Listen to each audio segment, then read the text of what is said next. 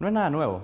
Desde el final del conflicto armado salvadoreño en 1992 e incluso antes, se tomaron una serie de medidas económicas que configuraron en El Salvador un modelo económico importador de bienes de consumo y exportador de gente. Apoyados por el Banco Mundial y el Fondo Monetario Internacional, los gobiernos de Alfredo Cristiani y Armando Calderón Sol cambiaron la estructura fiscal, privatizaron casi todos los sectores de la economía y dejaron en manos del mercado su desempeño, dejando de lado las políticas públicas de estímulo. Un mercado, por otra parte, imperfecto, con poca competencia real, apoyado en la llegada de remesas enviadas por los migrantes, que benefició a un grupo de empresarios que estaban junto al poder o directamente en él. Después llegó Francisco Flores y dolarizó la economía y continuó privatizando. Además, se firmaron los tratados de libre comercio, el más importante con Estados Unidos. Aquel grupo de empresarios que se benefició de esas medidas, en vez de reinvertir en el país o pagar mejores sueldos a sus empleados, aprovecharon las facilidades que se les da para expandirse por la región. Hoy Grupo Poma, Grupo Grisal, Grupo Roble, Excel o Grupo Q son empresas salvadoreñas que destacan en los países vecinos. En Costa Rica, Panamá o Colombia por sus niveles de inversión, pero en El Salvador invierten poco. Hay quien dice que no les interesa fomentar el mercado interno salvadoreño, es decir, repartir algo de la riqueza que obtienen pagando mejores salarios. Ellos argumentan que falta seguridad y certidumbre para invertir en el país, que sobra burocracia y que el Estado no es suficiente en el uso de los recursos. Entre tanto, el país registra niveles de inversión privada que no le permiten crecer, desarrollarse, mejorar el nivel de vida de las mayorías que continúan malviviendo con salarios de hambre. Hoy vamos a tener el análisis de la economista Julia Evelyn Martínez sobre esta realidad y también sobre las medidas que está tomando al respecto este gobierno, en muchos casos continuistas, plegadas en exclusiva a los intereses de los inversionistas y al margen de los derechos laborales. Esperamos explicarlo lo más claramente posible y que sea de su interés. Soy Saúl Hernández Alfaro, bienvenidos a Francamente.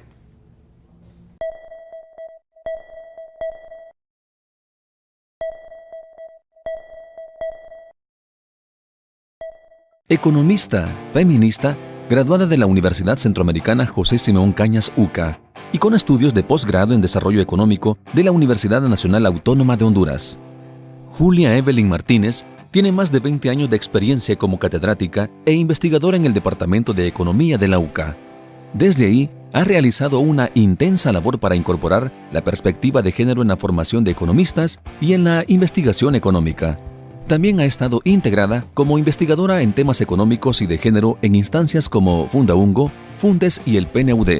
Ganó notoriedad pública cuando en junio de 2009 fue nombrada directora ejecutiva del Instituto Salvadoreño para el Desarrollo de la Mujer, ISDEMU, pero año y medio después fue destituida por pérdida de confianza.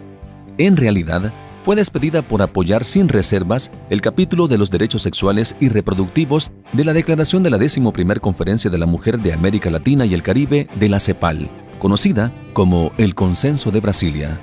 Era lo mismo que aceptar que el Estado salvadoreño debe revisar la legislación sobre aborto, por lo que fue públicamente descalificada por el presidente Mauricio Funes. Hoy visita nuestro set para conversar sobre la realidad económica del país, de los frenos al crecimiento y de las réplicas de las medidas neoliberales que se quieren tomar, así como también del papel de las mujeres en el sector económico. Y estamos seguros que con nuestra invitada podremos hablar francamente. Muy buenos días, hoy es jueves 6 de diciembre, estamos una vez más en vivo en Francamente. Esta mañana tenemos como invitada a Julia Evelyn Martínez, ella es, investigadora, ya pudieron ver un poco también en su perfil, a quien doy la bienvenida esta mañana. No, muchas gracias.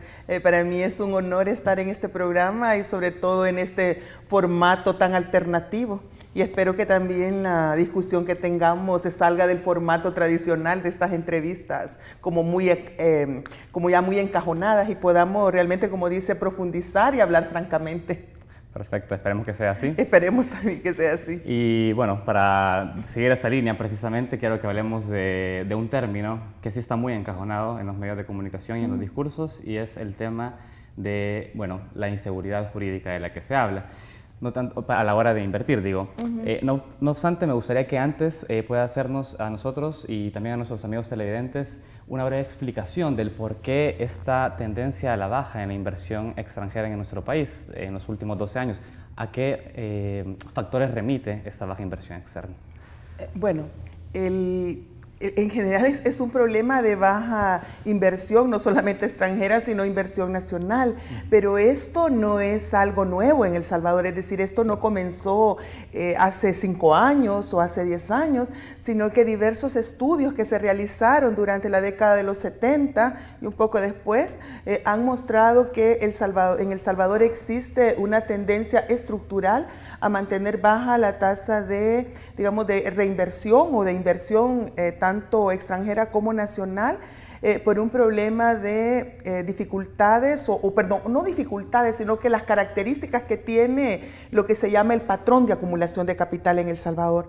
Entonces, en El Salvador aumenta la inversión privada y aumenta la inversión extranjera cuando ocurren 2 cosas. Uno, cuando hay inversión pública. Sí. Es decir, es la inversión pública, imagínense, una economía capitalista de mercado, sí. Pero es tradicionalmente cuando aumenta la inversión pública, entonces la inversión privada reacciona. Y eso nos explica también por qué estos vehementes llamados que hacen las asociaciones empresariales como la Cámara de Comercio, como la ANEP, en donde se quejan de que el Estado salvadoreño no está ejecutando toda la inversión pública, en donde hay retrasos en la inversión pública, y al final uno dice, bueno, ¿y por qué le reclaman tanto al Estado que invierta? Y no ellos se hacen como el examen de por qué no invierten. Pero esto es por una tendencia estructural. Tradicionalmente, los sectores empresariales salvadoreños, sus características, sus dinámicas han llevado a que sean excesivamente dependientes del comportamiento de la inversión pública, en primer lugar. Sí. Y en segundo lugar, en lo que se refiere a la inversión extranjera, esta solamente se sitúa en un país, no solo en El Salvador, sino que en un país cuando existen condiciones, digamos, favorables para que la tasa de rentabilidad sea atractiva, es decir, la tasa de ganancia. En El Salvador, durante la década, si observamos, cuando se dieron los mayores niveles desde 1989 a la fecha, cuando se han dado los mayores índices, digamos, de inversión extranjera en el país, estos han coincidido con aquellos periodos en los cuales el Estado salvadoreño ha privatizado empresas públicas o ha permitido la inversión privada en ciertos segmentos digamos, que antes eran, digamos, de exclusiva intervención del Estado. Quiero intentar hacer una aclaración en este sentido, es decir, que está diciendo que la inversión privada se siente más en el país cuando el Estado es ausente. Cuando el Estado es ausente o cuando el Estado da incentivos o, digamos, pone condiciones para elevarles la tasa de ganancia. Y por eso, por ejemplo, cuando se han dado, retomo el argumento que estaba desarrollando, cuando se han dado las mayores tasas de inversión, cuando se privatizó la banca.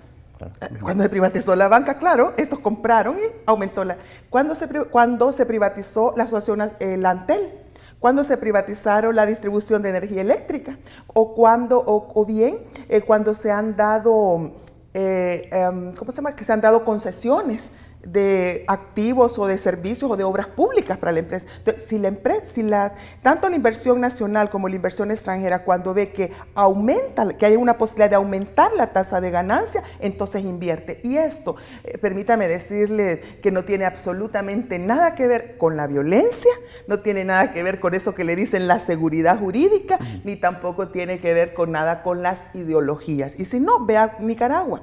Qué bueno que lo dice, porque justamente quería que lo dejáramos claro, es decir, qué impacto tiene este término de la inseguridad jurídica a la hora de invertir. Es decir, ¿no juega un papel predominante entonces dentro de las condiciones? No, mire, esas son una serie de mitos. Yo le digo, es como toda la mitología, que los sectores empresariales capitalistas en El Salvador se han inventado para justificar que por qué no invierten. Ellos porque no se atreven a decir que no invierten porque no ven la ganancia que esperan obtener.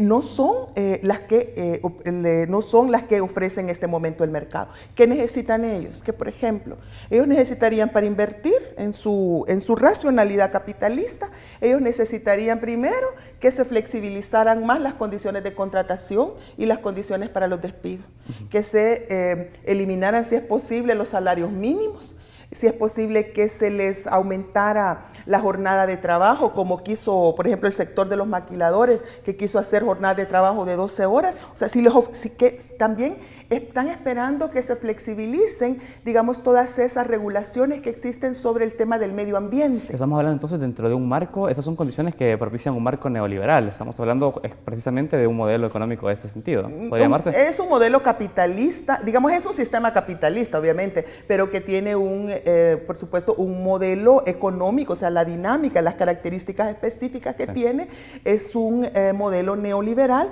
que básicamente es un modelo en el cual el Estado sí interviene, claro que interviene, pero interviene para crear condiciones para que la tasa de ganancia de estos sectores empresariales se incremente, y de esa manera, y deja vacíos espacios, ¿verdad? Y deja de regular ciertos sectores, deja de regular ciertas actividades para que entren los empresarios y puedan, tanto nacionales como extranjeros, y puedan estos invertir y aumentar su tasa de ganancia.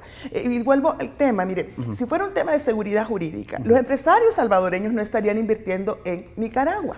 Claro, y creo que lleguemos a ese punto dentro de unos minutos, pero quiero preguntarle también, es decir, en gestiones pasadas, y me refiero específicamente a la gestión del expresidente Francisco Flores, se hablaba de la dolarización como una medida que podría revertir esta baja tendencia a la inversión extranjera. Sin embargo, hay cifras que hablan de que El Salvador, a pesar de ser el país de Centroamérica dolarizado, es el que recibe menos inversión extranjera. ¿Usted podría hablar de una dolarización como un esquema que ha sido insuficiente o más bien frustrado en ese sentido? Es que yo creo que ahí es donde nuevamente hay que quitar toda esa serie de mitos que hay sobre el tema de la dolarización. La dolarización no tenía como objetivo incrementar la inversión extranjera. El objetivo que tenía era generar condiciones para que la banca transnacional pudiera invertir en El Salvador y comprar los bancos nacionales.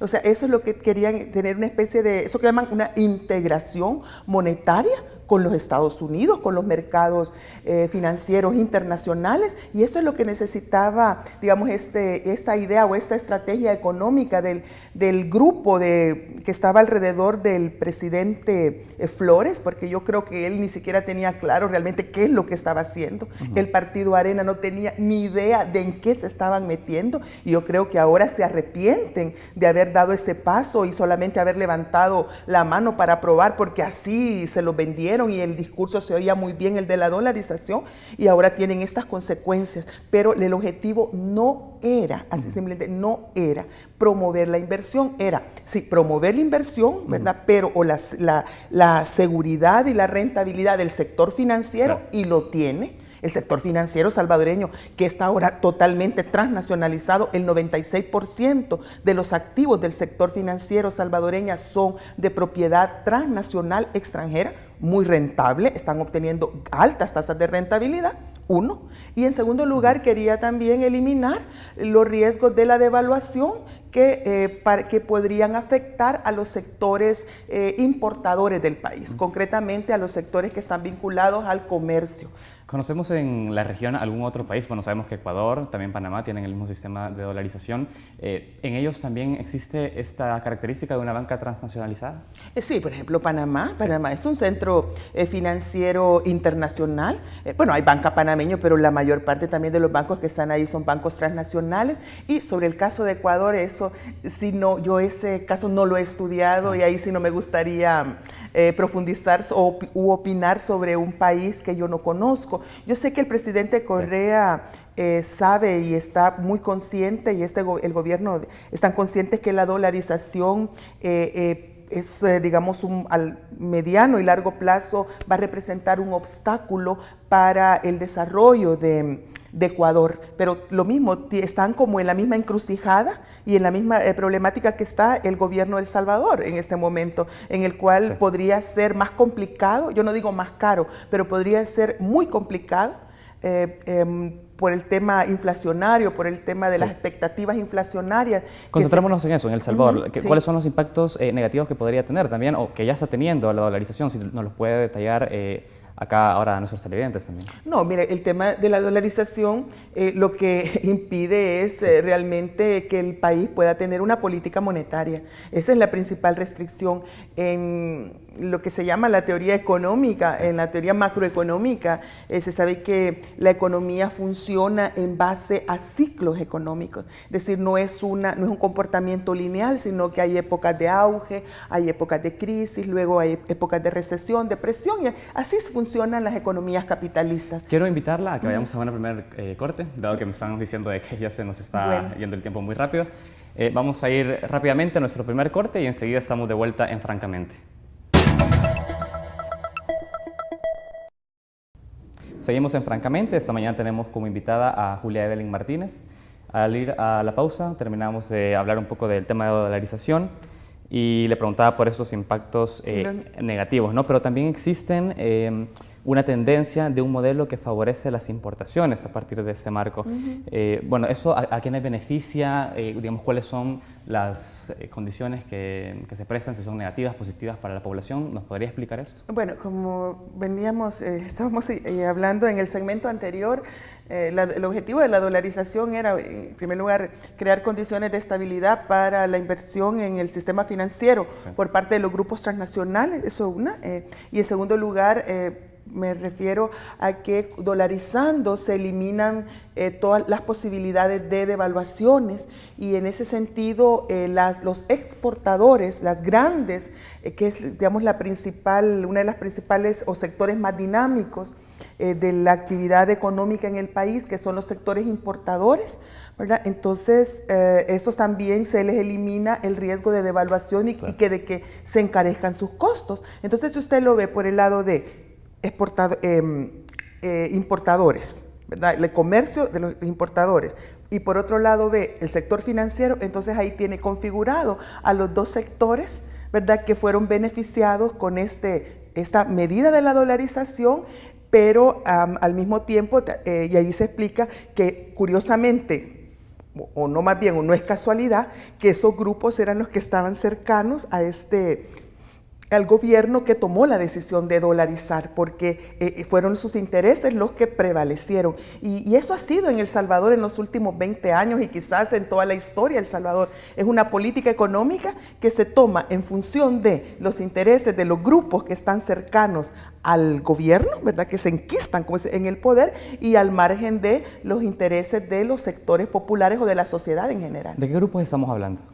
Bueno, estamos hablando de todos estos grupos que se beneficiaron del proceso del neoliberalismo, de las reformas económicas neoliberales desde 1989, y yo sostengo hasta la fecha, ¿verdad? Hasta la fecha son estos grupos, por ejemplo, los que están en este momento organizados y sentados en eso que se llama el Consejo para el Crecimiento, algo así que ha creado el presidente Funes. Estamos hablando del grupo Poma, del grupo Simán, del grupo TACA, que ahora es el grupo Avianca. Estamos hablando del grupo Cristiani, el grupo de los grandes importadores y distribuidores de vehículos, como el grupo Q, por ejemplo.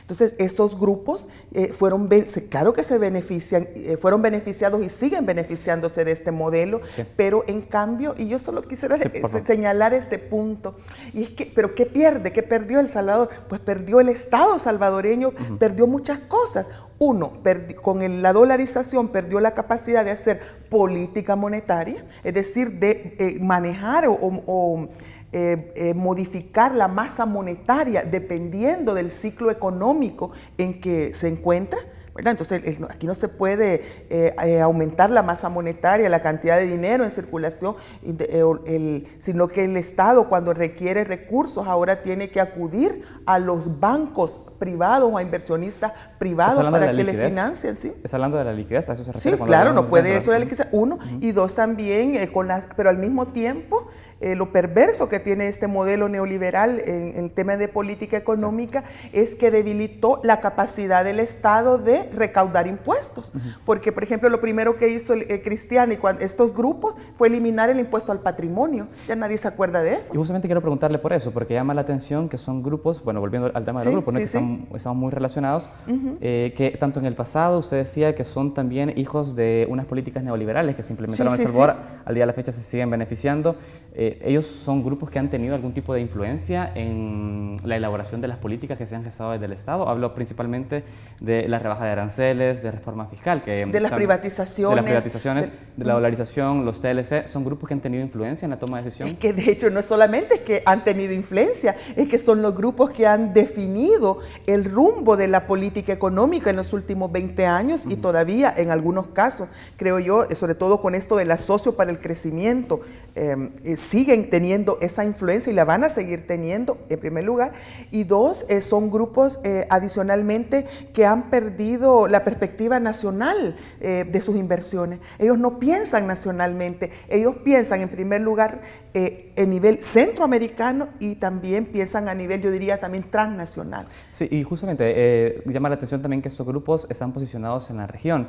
Me gustaría conocer también de su parte si tiene algún análisis de cómo se han ido expandiendo específicamente en la región centroamericana, qué beneficios le ha traído a estos grupos también el hecho de llevar sus inversiones por fuera de la frontera de El Salvador. Mire, en la medida, bueno, los grupos, hay un estudio de la profesora Benedicte Bull de la Universidad de Oslo, de Noruega, que ha hecho un estudio con la Universidad de Costa Rica, en donde hicieron una caracterización sobre estos grupos empresariales, cómo son los grupos económicos en Centroamérica, y a partir de un análisis a nivel regional determinaron que actualmente existen 135 grupos económicos que aglutinan aproximadamente a unas 2.500 empresas a nivel centro, hablando desde Guatemala hasta Panamá, y que empresas y franquicias, no solamente empresas, sino que franquicias, y que son las que realmente son las que definen no solo el rumbo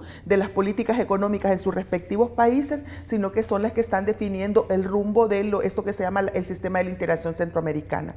Entonces, lo que llama la atención es que quienes tienen la hegemonía de esos grupos a nivel, esos grupos centroamericanos son los grupos salvadoreños. Es decir, que podríamos hablar de grupos empresariales que están teniendo éxito, salvadoreños. Sí, claro que están teniendo éxito y están teniendo mucha rentabilidad. Si la cuestión es que aquí en El Salvador todavía creemos, o algunos grupos creen, que estos grupos están pensando en el desarrollo nacional o en el desarrollo de los países. Ellos no piensan en el desarrollo. Es que esto es quizás de las cosas que siento que hay que hablar primero, francamente, como lo estamos haciendo ahora, pero también con más profundidad. No se trata de grupos que andan buscando el desarrollo, no son grupos que van a invertir para generar empleos, para generar bienestar o para generar mejores condiciones de vida para los territorios o para el país. Estos grupos van a invertir en aquellos países que les ofrezcan condiciones para aumentar su tasa de ganancia. Ejemplo, Nicaragua. Ejemplo, Panamá. Apostarle a la construcción de centros comerciales y poca inversión en el sector productivo podría ser un reflejo de lo que usted nos está diciendo. Claro, por supuesto, es el reflejo de la rentabilidad, porque es una rentabilidad de corto plazo. Ellos además saben que no pueden seguir invirtiendo en los sectores productivos. ¿Por qué? Porque no tienen capacidad de competir con empresas transnacionales o con grupos transnacionales que sí tienen capacidad de innovación, sí tienen tecnología. Bueno, el caso de la Constancia, por ejemplo, el grupo Agristal, sí. Porque el grupo Murray Mesa, se dice que la cerveza Pilsen era algo así como el emblema del país, era como el símbolo de la nacionalidad salvadoreña, la cerveza Pilsen, y que era...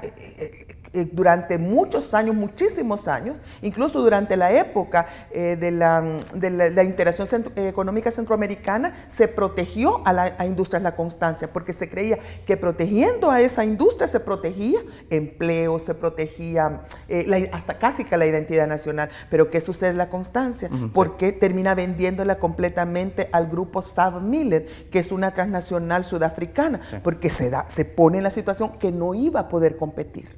Porque no puede competir con la tecnología, no puede competir con el poder que tiene esta empresa transnacional. Entonces vienen los grupos nacionales, estos grupos salvadoreños que se han transnacionalizado, lo que hacen sencillamente es que como que claudican frente a las empresas transnacionales, a esa inversión transnacional, como que entregan la parte productiva, los sectores estratégicos, y ellos se dedican a construir centros comerciales, a construir proyectos turísticos, y se dedican fundamentalmente pues al comercio y al desarrollo inmobiliario. Algo parecido como lo que sucedió con el Cemento Cesa, o sea que también era como símbolo del sector industrial salvadoreño.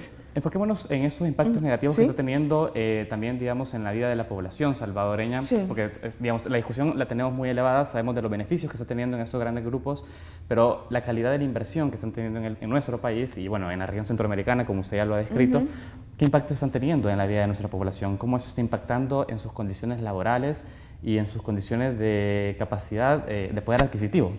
Bueno, mire, eso, yo creo que los impactos no son como, no podemos decir que son homogéneos, que a toda la gente le benefician por igual o le perjudican por igual. Va a depender de cada país y de cada sector. Pero, por ejemplo, en el caso de El Salvador, ¿cuál es el problema? Que la mayor parte de la inversión que realizan tanto las empresas nacionales o incluso como las transnacionales están generando una precarización del mercado laboral.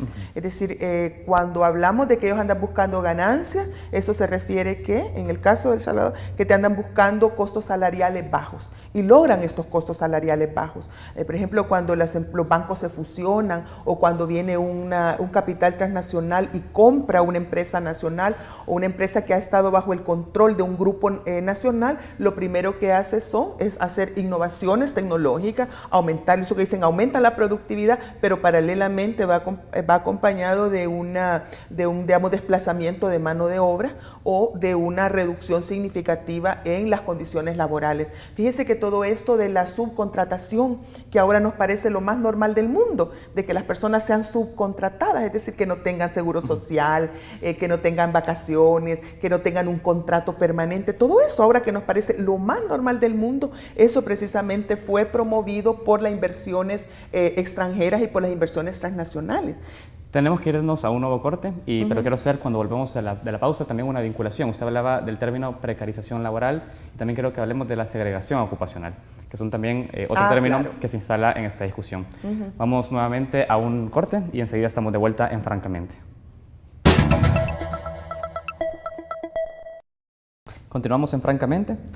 Antes de entrar también a la profundización de estos conceptos, quiero que hablemos también de los impulsos que está dando este gobierno. Recientemente el Ministerio de Economía presentó en la Comisión de Economía un pliego de anteproyectos que pretenden, según el Ministerio de Economía, promover la inversión.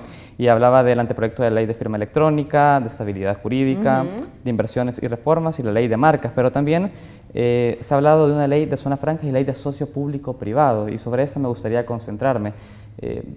Digamos, ¿es una nueva forma de privatización? No es una forma de privatización. Yo creo que eso sí hay que descartarlo, no es privatización, pero sí es una nueva forma de generar condiciones para aumentar la tasa de ganancia del capital, sobre todo transnacional, tanto de la Unión Europea como de los Estados Unidos, sobre todo para que puedan ver en El Salvador y sobre todo en las concesiones de obras públicas y de servicios públicos y de servicios de interés nacional, posibilidades para aumentar su rentabilidad. Y al final, pues claro, yo creo que en algunas medidas esto puede aumentar la inversión extranjera. Yo no tengo ninguna duda que lo puede hacer, pero de que a partir del aumento de la inversión extranjera eso va a generar mejores condiciones para el desarrollo del país, yo ahí es donde presento mi seria duda. Yo creo que sí puede incluso impactar sobre el crecimiento. Por ejemplo, si concesionan el puerto de la Unión. Justamente, hablemos de esas prácticas concretas. ¿Por qué crecería la economía? ¿Por qué sería más favorable para la inversión extranjera, la inversión privada, el hecho de que exista una ley de socio público-privado?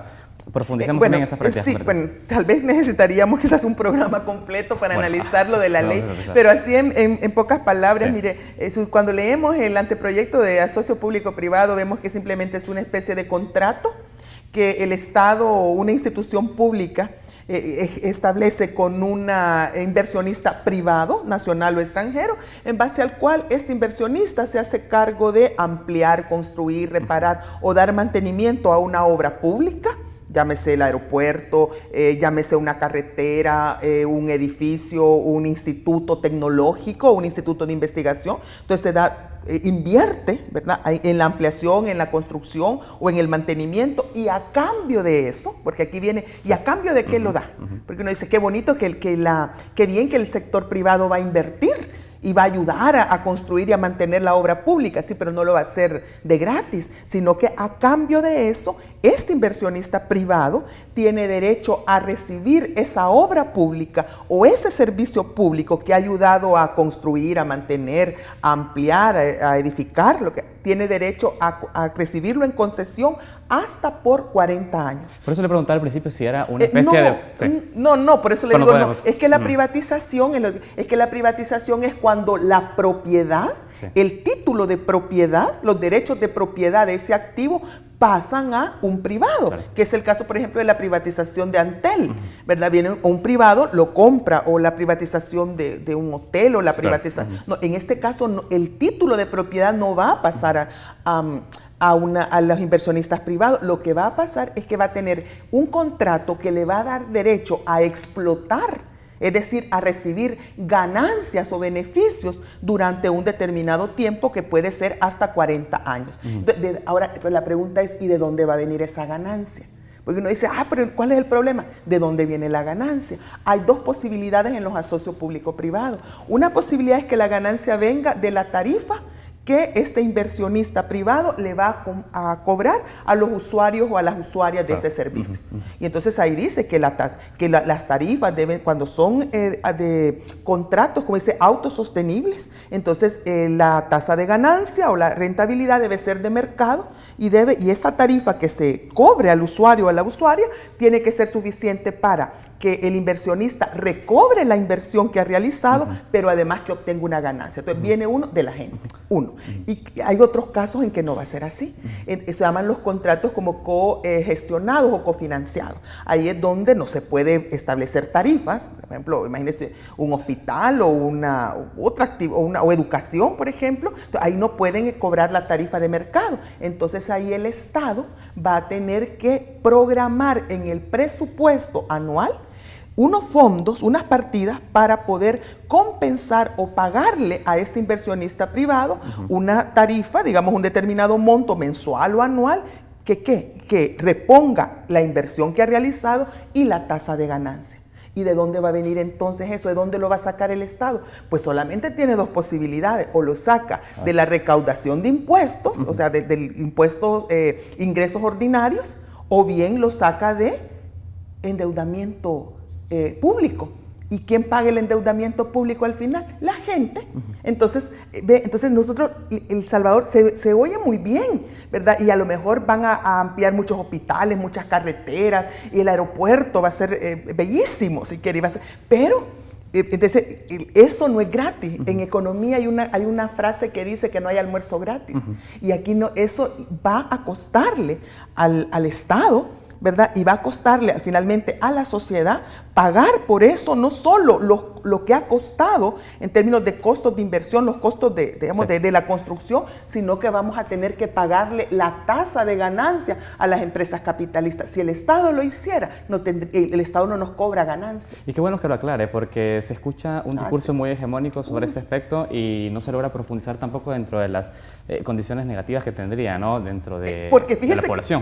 Me permite que le interrumpa, porque uno dice, ¿cuál es lo negativo? No sé, que para las empresas no hay nada negativo. Claro. Si es que pero es esa tendencia que tenemos de ver las cosas, o son positivas o negativas. No, yo siempre digo, depende. Claro. Depende de qué lado usted se pone. Si usted se pone del lado de las empresas que van a ver mejorada su tasa de ganancia y que van a contribuir al crecimiento económico, pues sí está bien. Ahora sí me gustaría conocer los sectores que se estarían viendo beneficiados con una ley de este tipo. ¿Podríamos describir cuáles son los sectores que se verían beneficiados? Bueno, miren, los que están ahí en el asocio para los empresarios, usted véalo rápidamente para que no perdamos, si quieren, mucho tiempo en eso. Ve a los empresarios que están en el asocio para el crecimiento, en el comité que ha creado el presidente Funes, y usted va a ver ahí, en esos sectores, y a los que están alrededor, los sectores nacionales transnacionalizados, ¿verdad? Que se van a beneficiar. Y luego, por otra parte, se van a beneficiar también inversionistas de los Estados Unidos e inversionistas también de la Unión Europea. Mire, en Europa y en Estados Unidos, que es otro tema importante, que esto no se puede entender también al margen de lo que está ocurriendo en la economía global, hay una profunda recesión en los Estados Unidos y en la Unión Europea. Ya no es que va a haber recesión, es que ya hay recesión. Sí. Y entonces en aquellos países, los capitales están también teniendo problemas para aumentar sus ganancias, porque está cayendo drásticamente la demanda de consumo de allá. Entonces, muchos de esos capitales están migrando y andan buscando nichos y oportunidades ¿para qué? Para venir a hacer ganancias. Claro. Y entonces, parte de eso, así se explica por qué esa insistencia que tiene la Unión Europea y el gobierno de los Estados Unidos en que firmemos esos acuerdos de cooperación, acuerdos para el crecimiento. ¿Por qué? Porque sus empresas van a salir favorecidas. Y qué bueno, porque ahora estamos tratando de, digamos, dilucidar cómo se constituye este asocio. Hablamos de la parte privada, ¿qué pasa con el sector público? Es decir, ¿qué sectores públicos serían beneficiados con esta ley específicamente? Beneficiados, ahí es donde digo, depende. Yo no creo que sean beneficiados, pero sí que van a entrar en estos asocios en donde se les va a construir, digamos, ante ese debilitamiento de la capacidad, digamos, del Estado salvadoreño de poder construir, mantener, habilitar y ampliar obra pública y mejorar servicios públicos, ¿verdad? Resultado de las políticas neoliberales que dijimos, ¿verdad?, que se han debilitado. Entonces hay sectores como, por ejemplo, el sector de siempre de obras públicas, por ejemplo, de carreteras, de CEPA, ANDA probablemente. Ahora, el proyecto que han presentado, creo que la última versión, si bien, ojalá que no me equivoque, pero sí ha dejado fuera lo que es salud y seguridad pública.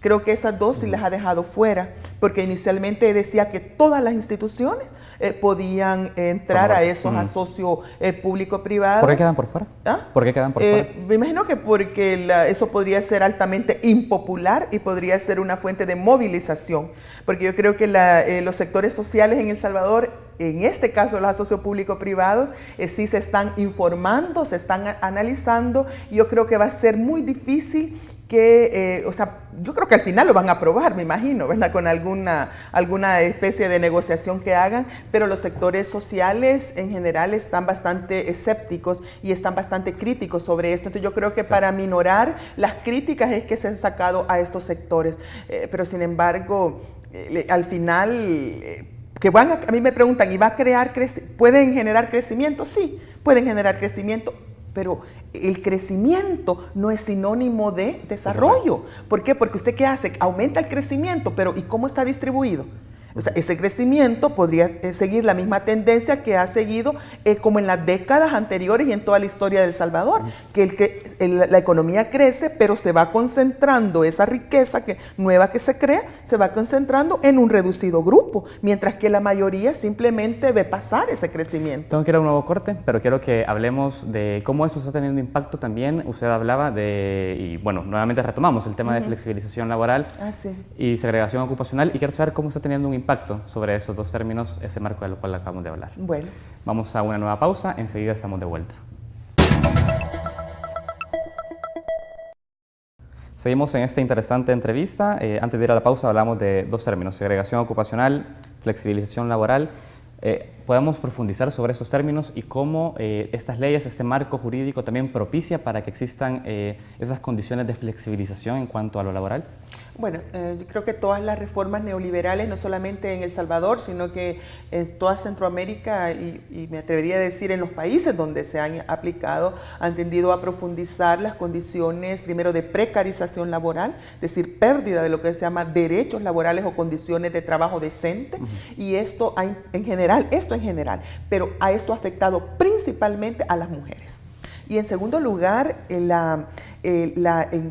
todo este incremento en la inversión extranjera, sobre todo cuando viene ahora en el tema nacional, en el sector de la maquila, que es uno de la inversión extranjera donde más ha crecido en los últimos años, pues en un 90% los empleos que se crean ahí son de mujeres, digamos, jefas de hogar, mujeres jóvenes, pero sin embargo que son sometidas a unas condiciones de sobreexplotación y de violencia. Profundicemos sobre Sí. esas situaciones de violencia Sí. y explotación, por favor, porque es un tema que creo que es necesario dejarlo en claro también a la población. Digamos, ¿cómo está afectando directamente, por qué afecta directamente a la mujer específicamente? Bueno, mire, porque nuevamente en estos sectores, por ejemplo, en los sectores exportadores, le llaman, o sectores de transables, donde se está promoviendo la inversión en El Salvador, que en los últimos años y todavía, que es el del sector de las maquilas, aquí se necesitan, el factor de competitividad para estas empresas es mantener los costos laborales bajos. Y cuando digo costos laborales es salarios mínimos muy bajos. Los salarios de la maquila el salario mínimo oficial es menor que el salario mínimo de otros sectores, y eso es por decreto. Se necesitan mantener jornadas de trabajo extensas, unas condiciones de intensidad del trabajo también que sean realmente muy compulsivas, para que puedan incrementar la productividad, los niveles de producción y cumplir con los tiempos, ¿verdad?, en que deben ser exportadas esas prendas de confección hacia los mercados de los Estados Unidos o de Europa, etcétera. Entonces, y ahí es donde se han encontrado estas inversionistas como la mano de obra femenina. Una mano de obra donde sistemáticamente, estructuralmente, también reciben menores salarios, y en donde como se mira como algo normal o como lógico que puedan ser sometidas a condiciones de sobreexplotación, a condiciones de violencia, de acoso laboral, incluso acoso sexual, ¿verdad?, en estas fábricas, y se mira con lo más normal. Mire, en la ley de las maquilas, en la zona franca, en la que ahora está en el paquete que se quiere reformar,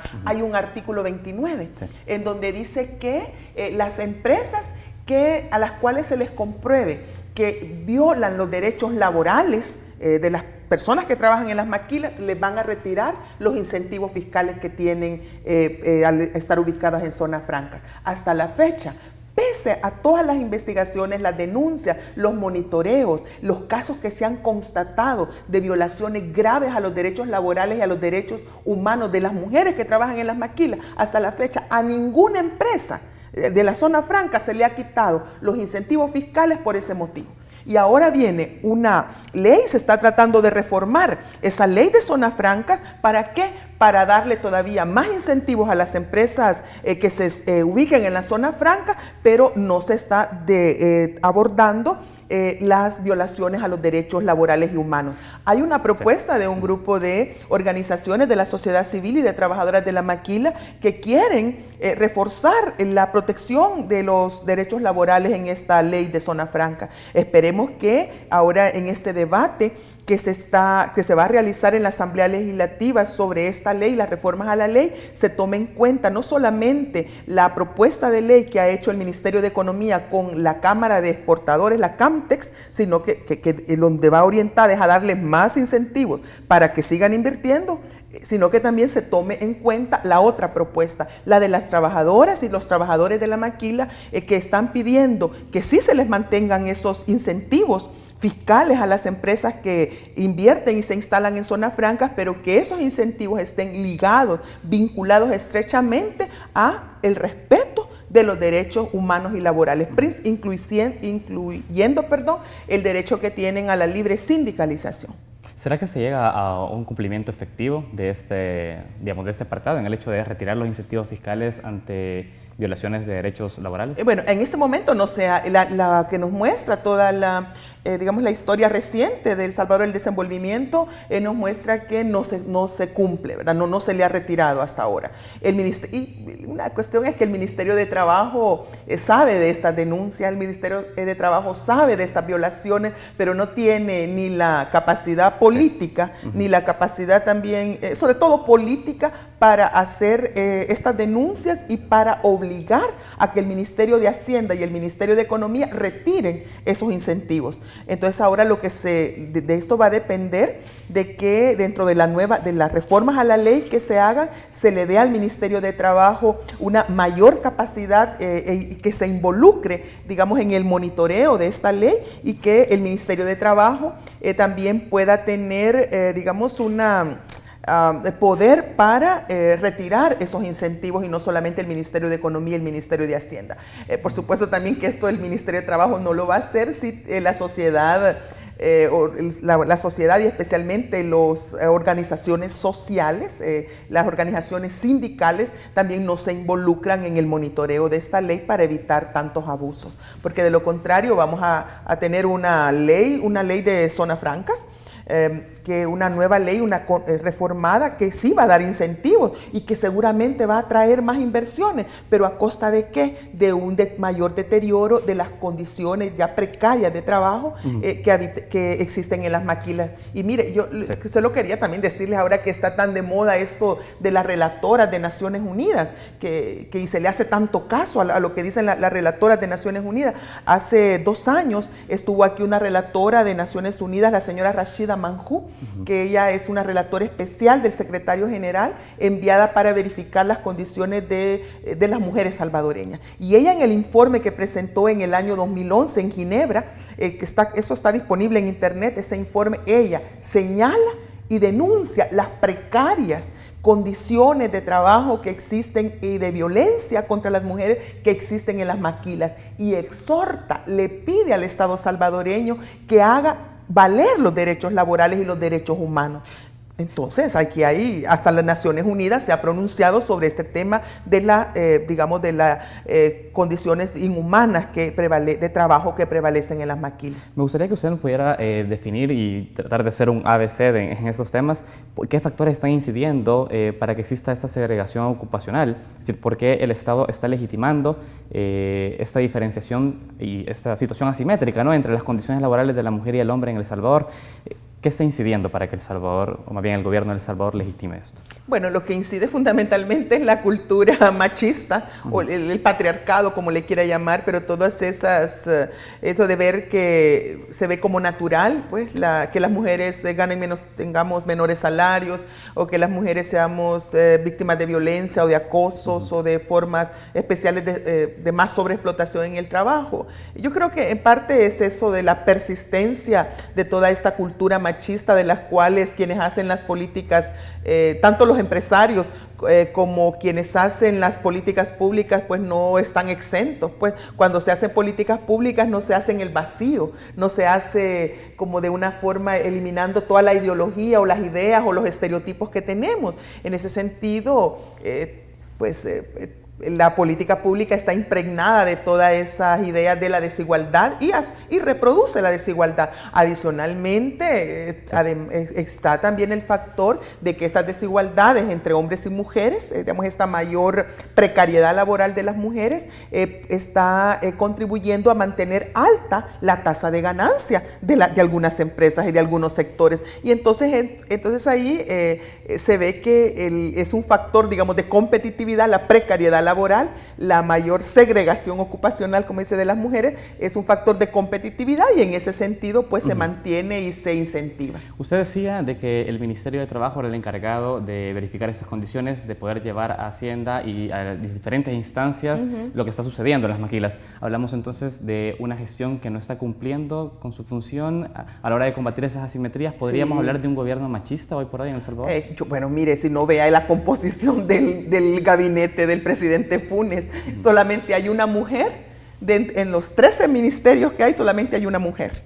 Eso ya le da una idea de el machismo que existe en este gobierno. Pues este gobierno no es que si eso no es un gobierno machista con un discurso feminista. Imagínense, un discurso feminista, un discurso de género, discurso, ¿verdad? Pero con una práctica altamente machista. Y si no, solamente le señalo el caso de la ministra de Trabajo. Yo creo que la mejor funcionaria que tuvo este gobierno fue la ministra de Trabajo, la doctora Victoria Marina de Avilés. Ella resistió a los embates y los ataques de los empresarios que querían que en las maquilas hubieran 12 horas de trabajo, por ejemplo, jornadas de 12 horas de trabajo. Ella realmente estaba haciendo un excelente trabajo, y esto le estaba generando muchas críticas y muchas presiones al gobierno en contra de la doctora de Avilés. ¿Qué hizo el gobierno? Simplemente la separó de su cargo, puso a un ministro que tiene un discurso en favor de los derechos laborales y un pasado sindicalista, pero que en la práctica ahora se ha convertido realmente en un ministro, yo diría literalmente de adorno, que no está realmente ocupándose de los temas fundamentales para la clase trabajadora. Hablemos de Julia Evelyn Martínez. ¿Fue ella también víctima del machismo del gobierno de Mauricio Funes? Bueno, fui una de las tantas caídas, digamos, en la lucha por la igualdad de género en este gobierno. No, yo no me quiero de solo ponerme, digamos, como en el centro, digamos, de mi gestión en el centro de esto, pero sí creo que este es un gobierno altamente machista y sobre todo un gobierno capturado por los, digamos, por estos grupos de poder real, como por ejemplo los grupos fundamentalistas religiosos, la Iglesia Católica, el Vaticano, el Opus Dei, los evangélicos. Entonces hay temas que la derecha misma empresarial, este país para realmente transformarse, no solo cambiar, sino que para transformarse en el país que necesitamos, necesita, entre otras cosas, avanzar mucho en materia de equidad e igualdad entre hombres y mujeres. Y esto supone tocar temas que pueden ser políticamente delicados o políticamente incorrectos, como el tema de la despenalización de ciertas formas de interrupción del embarazo y también el cambio de la cultura, ¿verdad? La cultura. Entonces, este gobierno creo que no le está apostando hacia transformaciones sustanciales en la cultura salvadoreña y en la igualdad entre hombres y mujeres, sino que le apuesta más a medidas que sean, digamos, populares entre la población, medidas que no le generen mucho debate, mucha crítica y, por tanto, fundamentalmente, por ejemplo, el tema del aborto está totalmente exento y fuera de esta agenda de este gobierno. Hemos tocado este tema justamente ya al cierre de nuestro programa, pero quisiéramos tenerla en una nueva ocasión para que profundicemos específicamente sobre esos temas, los derechos sexuales y reproductivos de las mujeres en El Salvador y cómo esos se están viendo violentados hoy por hoy. Sin embargo, tengo que despedirla, lamentablemente. Le agradezco en nombre del equipo de Francamente por esta interesante entrevista y esperamos, como les repito, nuevamente tenerla en nuestro set. No, yo también les agradezco. Creo que hemos hablado de muchos temas. Espero que no haya sido demasiado confuso para, digamos, seguir toda nuestra argumentación, pero creo que también todos esos temas que hemos hablado son un reflejo de lo complejo y de lo multidimensional, ¿verdad?, de la problemática de nuestro país. Así que le agradezco muchísimo la invitación, le agradezco muchísimo este diálogo que hemos tenido y por supuesto que me gustaría estar con ustedes en una futura oportunidad. Bueno, muchísimas gracias por acompañarnos. Gracias. A ustedes también por acompañarnos una mañana más en Francamente. El día de mañana tendremos otra interesante entrevista a la cual esperamos nos pueda sintonizar. Muchas gracias.